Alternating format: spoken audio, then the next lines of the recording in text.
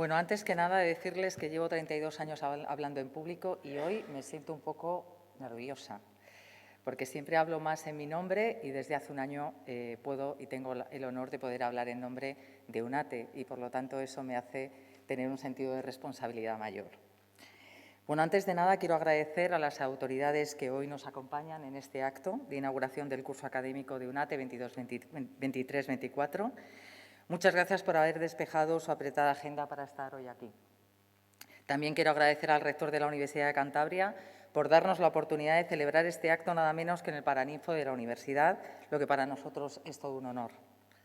Agradecer, por supuesto, a todo el alumnado y profesorado de UNATE, a las socias y socios honoríficos, a todo el equipo profesional que compone esta entidad y a parte de su junta directiva que también nos acompaña hoy.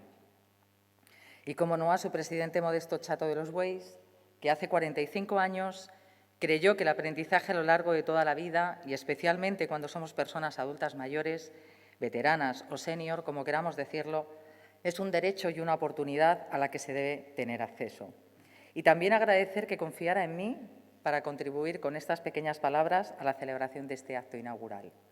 Prometo no extenderme más de 20 minutos, como mucho.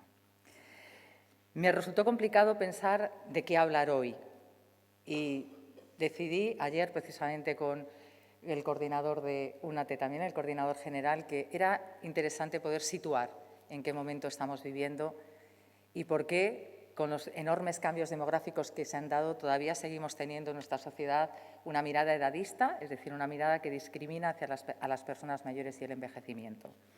Así que, sin querer abrumarles, pero les voy a dar algunos datos demográficos para situar realmente de lo que quiero hablar. Fíjense que en el mundo, en el año 1960, había 150 millones de personas con 65 años o más. En el año 2021, es decir, 60 años después, ya había 747 millones de personas de 65 años o más. Y la estimación para el año 2050 es que habrá 2.000 millones de personas de 65 años o más. Esto es un dato imponente, impresionante y un éxito. En España, en el año 1900, solo había un 4% de personas que tuvieran 65 años o más, frente a un 33% de personas que tenían menos de 15 años. Esto quiere decir que si en el año 1900 hubiéramos cogido a 100 personas españolas al azar, solo 4 habrían tenido más de 65 años y 33 tendrían menos de 15. En la actualidad, hay algo más de un 20% de personas mayores en España, mayores de 65 años, y un 13% de menores de 15. Es decir, que si ahora cogemos 100 personas al azar, nada menos que más de 20, el 20% de esas personas, 20 tendrán más de 65 años y solo 13 tendrán menos de 15. Estos son datos. Y a veces pensamos que los datos son objetivos, pero depende de… Alguien puede decir, ¡qué horror! Y otras personas pueden decir, ¡qué bien! ¡Qué éxito!, ¿no? Que muchas personas puedan llegar a ser mayores, porque antes era una excepción. ¿Y por qué se ha dado esto? No puedo dar todas las explicaciones, pero sí hay un dato que es la esperanza de vida. En el año 1900, vuelvo a repetir, porque así nos situamos a principios del siglo XX, la esperanza de vida en España era de 35 años. Por lo tanto, si alguien llegaba a tener 70, pues había que venerarla como a la Virgen bien aparecida, como se pueden ustedes imaginar, porque era una excepción a la regla.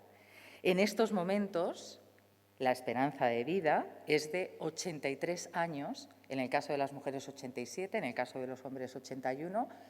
Hay que trabajar el tema de mejorar la esperanza de vida en los hombres. Se decía que íbamos a tener los mismos hábitos de vida y íbamos a morir a las mismas edades, pero no está sucediendo. O sea, que debe ser que nosotras tenemos mejores hábitos de vida. Y fíjense que en el momento actual, en algunos países de África, la esperanza de vida no llega a 60 años, que es la que nosotros teníamos a mediados del siglo XX. Esto, evidentemente, es un éxito impresionante. De hecho, el aumento de la esperanza de vida a lo largo de la mitad del siglo XX hasta ahora ha sido igual al que consiguió la humanidad en toda su historia. Cuando se han hecho pruebas de carbono 14 en los huesos de muchos de los fósiles que se han encontrado en Atapuerca, la esperanza de vida de esos homínidos de hace 800.000 años era de 35 años. Por lo tanto, el gran avance y el gran cambio se ha dado desde mitad del siglo XX hasta ahora. Y además, este cambio demográfico sabemos, como dice Julio Pérez Díaz, un gran demógrafo, que significa una democratización de la longevidad. Es decir, que ya no una o dos o cuatro personas de esas de 1900 llegaban a tener más de 65 años, sino que mucha más parte de la población puede llegar a tener realmente y superar los 80 años. Este cambio demográfico es, además, un hecho imparable, mundial y sin precedentes, porque todos los países, a medida que se van haciendo más ricos, desarrollando sus estados del bienestar, teniendo más bienestar social y económico, consiguen que sus poblaciones tengan una esperanza de vida mayor. Por lo tanto, es ante todo la historia del éxito de las políticas de salud pública, así como del derecho social, el desarrollo social y económico y de la extensión de la educación a lo largo de toda la vida. Y también les voy a dar un último dato, para ya no abrumarles más, pero yo creo que nos sitúa. En el año 1910, el 46% de la población que falleció, todo lo que les estoy dando son datos reales del INE, el 46% de las personas que fallecieron en España tenían menos de 19 años y solo el 26% tenía más de 65. En 1994, el 77% de las personas que fallecieron tenían más de 65 años y solo el 1,5% tenía menos de 19 años. Y en la actualidad, el 82% de las personas que han fallecido en el año 2022 tenían más de 65 años y solo el 0,5% tenía menos de 19 años. Si esto no es una historia de éxito, que vengan a decírnoslo cuando nos dicen que esto es un problema. Bien, con todos estos datos que son apabullantes, es decir, que son unos cambios increíbles demográficos en la historia de la humanidad, ¿qué es lo que sucede? ¿Cómo analizamos estos datos? ¿Cómo suelen salir en los medios de comunicación esta información? ¿Cómo se traslada a la opinión pública que vivimos en una sociedad demográficamente envejecida? Pues en la mayoría de las ocasiones se habla como si fuera un problema social.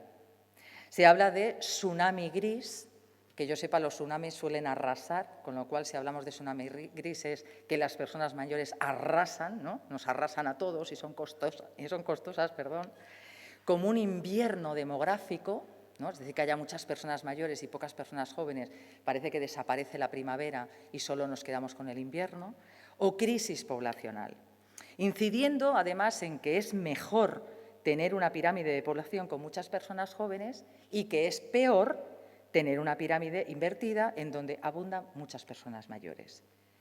¿Por qué? ¿Por qué con unos cambios demográficos tan impresionantes? ¿Por qué hemos conseguido tener sociedades en donde muchas personas consiguen llegar a mayores? ¿Por qué se ve esto como un problema y no como un éxito social? Pues también habría muchas explicaciones, pero una de ellas es que cuando a mediados del siglo XX se empezaron a estudiar todas estas cosas de demografía, el envejecimiento, cómo eran las personas mayores, se empezó a generar unas representaciones sociales muy negativas de lo que significaba envejecer. Lo que se ha llamado modelo biomédico, en el que el envejecimiento se sitúa mucho en cumplir años y en el cuerpo que envejece. Este modelo, ¿qué representaciones sociales ha generado? ¿Por qué son representaciones negativas? Pues porque entiende que envejecer es enfermar, deteriorarse, ser dependiente, tener decrepitud, falta de horizonte vital. Así es como se ve. Que incluso cumplir años termina siendo sinónimo de patología, como si uno no pudiera enfermar en cualquier momento de la vida o le pudieran pasar cosas a lo largo de la vida. Como si el envejecimiento además fuera un fenómeno curable. Hay gente que está investigando sobre cómo curar el envejecimiento. Bueno, desde aquí les podemos decir que tú te mueres y ya estás curado, ya no envejeces, porque no hay mejor no envejecimiento que morirse, porque el envejecimiento es un proceso que comienza cuando nacemos y que acaba cuando nos morimos. Sin embargo, el que veamos el envejecimiento como algo que se puede curar hace que para nosotros como entidad, como UNATE, cuando a veces ponemos en las conferencias que vamos a hablar de envejecimiento activo, no va nadie. Por este imaginario, porque todos queremos llegar a mayores, pero no queremos envejecer. Ni que nos llamen viejos o viejas, ni que nos llamen mayores. Y eso es porque el imaginario que tenemos es negativo. En vez de decir, qué orgulloso estoy de haber llegado aquí, esto es un éxito mío, pero no solo mío, sino colectivo, en vez de sentir eso, lo que siento es que tengo que disimular la edad que tengo o que tenemos que intentar ocultar que estamos envejeciendo. De hecho, este modelo también, como os decía, es muy biologicista, porque en cuanto vemos una persona mayor con un bastón o que no ve bien, ya inmediatamente le decimos, ¿qué tal está? ¿Bien? Le infantilizamos o hablamos muy alto o creemos que es frágil o vulnerable. Bueno, a lo mejor su cuerpo ya no está como cuando tenía 25 años, pero puede que sea una persona muy sabia, con una gran perspectiva de la vida, con muchos conocimientos, que me podría interesar mucho hacerme su amiga, pero inmediatamente lo que veo es fragilidad. Y eso nos viene de esta mirada biomédica. Y, por supuesto, es muy edadista, porque entiende que envejecer es declive. Y además mucha gente entiende que solo se envejece de la adultez a cuando te mueres. En realidad envejecemos toda la vida desde que nacemos hasta que nos morimos. Si empezáramos a decir que el envejecimiento es un desarrollo y no un declive, entenderíamos que todos estamos en un proceso de desarrollo a medida que vamos envejeciendo. Claro, esta imagen del envejecimiento está cargada de estereotipos negativos hacia las personas mayores. Lleva a entender el envejecimiento como un proceso caracterizado por el deterioro físico, mental y social, por eso de lo del tsunami gris. Tiene como consecuencia la discriminación de las personas mayores porque se las ve como población dependiente e improductiva. Claro, no se ve la cantidad de cosas que hacen las personas mayores en la sociedad. El cuidado de nietos y de nietas, el apoyo a hijos, el voluntariado, el aprendizaje a lo largo de la vida. Eso es contribuir al desarrollo social. Y esto nos lleva también a incluso actitudes paternalistas hacia las personas mayores. Antes lo he dicho, la infantilización, el lenguaje que escuchamos a veces por parte de medios de comunicación o incluso políticos que lo hacen de una manera amable cuando dicen nuestros mayores lo primero. Bueno, yo siempre digo no sé a cuántos tocamos, ¿no? Cuando decimos nuestros mayores. Cuando decimos nuestros les estamos quitando en poder, toma de decisiones y capacidad. Porque nuestros no son personas adultas con capacidad para tomar decisiones por sí mismas. Por lo tanto, el lenguaje estructura la realidad y hay que tener cuidado cuando escuchemos estos mensajes. O cuando a las personas mayores solo se las nombra como abuelos y abuelas, como si fuera el único rol que pueden desempeñar, cuando hay muchas personas mayores que o bien no se casaron o bien no tienen hijos, o aunque tengan nietos, son, además de abuelos, otras cosas. Son protagonistas de su vida, son estudiantes de UNATE, son protestantes, son alguien que protesta en una manifestación o son alguien que hace senderismo. Por lo tanto, somos mucho más que simplemente abuelos y abuelas. Todo esto distorsiona mucho la manera en la que analizamos o percibimos a las personas mayores y percibimos el envejecimiento. Por tanto, vivimos en sociedades exitosamente longevas, pero seguimos con representaciones sociales negativas del envejecimiento propias del siglo pasado, de mediados del siglo pasado. Por eso, hoy convoco a todas las personas que estamos en este Paraninfo a que contribuyamos a promover un cambio. Los amplios intereses de muchas personas mayores ofrecen una nueva mirada liberadora que obliga a pensar y repensar la vejez no como un tiempo de desconexión, sino como una etapa más del continuo de la vida llena de oportunidades. Habrá que escuchar más veces a personas mayores como Maruja Torres cuando dijo «Este es mi mejor momento porque estoy aquí». Este es el momento en el que estoy, este ahora. Y este momento es irrepetible porque no lo he vivido nunca. Entonces, disfrutar de ese momento en este ahora es algo que tenemos que aprender a hacer y olvidarnos de los mensajes negativos que nos dan. A las personas mayores que estáis aquí, os animo a que no volváis a decir nunca que os sentís jóvenes cuando lo que tenéis es ganas de hacer cosas, ilusión, proyecto, estudios o deseos sexuales. Porque en realidad no os sentís jóvenes, os sentís con ilusión, con ganas de hacer cosas, con deseos sexuales y con ganas de aprender. Si decimos que nos sentimos jóvenes, solo ponemos en la juventud esos deseos y esa actividad y esa posibilidad de participar. Hay que decir, me siento bien, me siento con ganas de hacer cosas, me siento en mi edad, que no hay ningún problema por tener la edad que se tiene. También que no se repitan frases como solo se envejece cuando se deja de aprender. Bueno, se envejece siempre. Ahora no siempre se aprende. Por eso aprender sí que es una decisión y las entidades que trabajamos en esto tenemos que dar oportunidades para que la gente quiera seguir aprendiendo. Pero uno envejece siempre, aprenda o no aprenda. Lo que pasa es que envejecer aprendiendo es muchísimo mejor, ¿no? Para conseguirlo, por eso, UNATE tiene la ilusión y las ganas de seguir desarrollando otros, no sé si 45 años más, pero ojalá la posibilidad de crear actividades de aprendizaje. Como ha dicho Elena, en la encuesta de este año salían cosas muy interesantes de por qué queréis seguir aprendiendo. Porque os podéis socializar, no solamente aprender cosas, sino porque socializáis, porque mantenéis la mente y el cuerpo activo, porque ganáis en bienestar físico y mental y psicoemocional, porque seguís desarrollando y creciendo a nivel personal, porque mejoráis vuestra calidad de vida, porque salís de la rutina. Esto es lo que significa aprender y esto es lo que a mí me llena de orgullo que consigamos hacer en UNATE. Pero también os pedimos que no solamente vayáis a las actividades de aprendizaje de UNATE, sino que queráis inventar con nosotros proyectos para cambiar esta sociedad edadista. Hemos hecho este año en diferentes campañas, en el 15 de junio, para visibilizar la toma de conciencia de la violencia contra las personas mayores. Contamos con alumnado de UNATE de la Escuela de Teatro y con el profesor de teatro, con Carlos Peguero, para hacer unos vídeos muy potentes en los que visibilizar que las personas mayores tienen derechos y hay que respetarlos como los de cualquier otra persona. Os animamos a que, por favor, estéis con nosotros en muchos de estos proyectos porque sois una comunidad muy importante. Ya voy terminando. A los medios de comunicación, por favor, que cambien la manera en la que comunican sobre el envejecimiento y nombran a las personas mayores.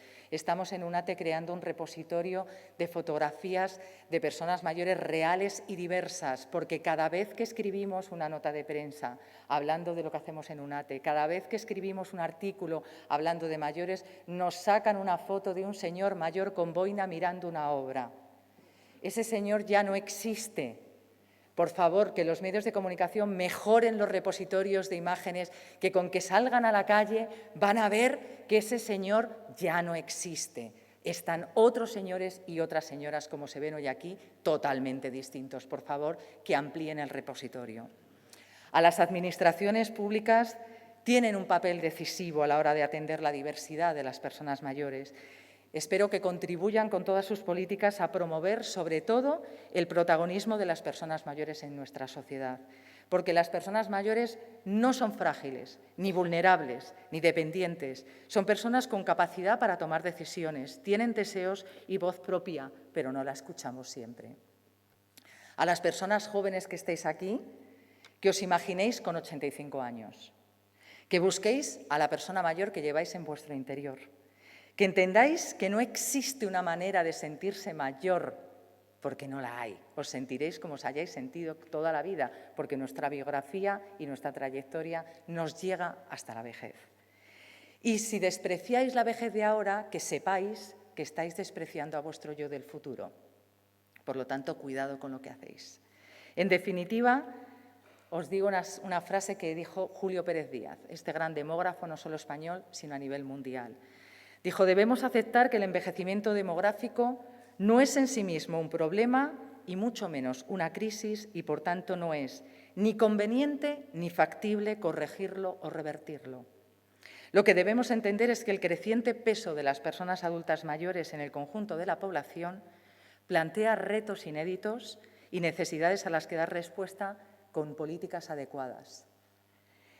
Esto parece una postura rigurosa y razonable y de justicia social. Muchísimas gracias.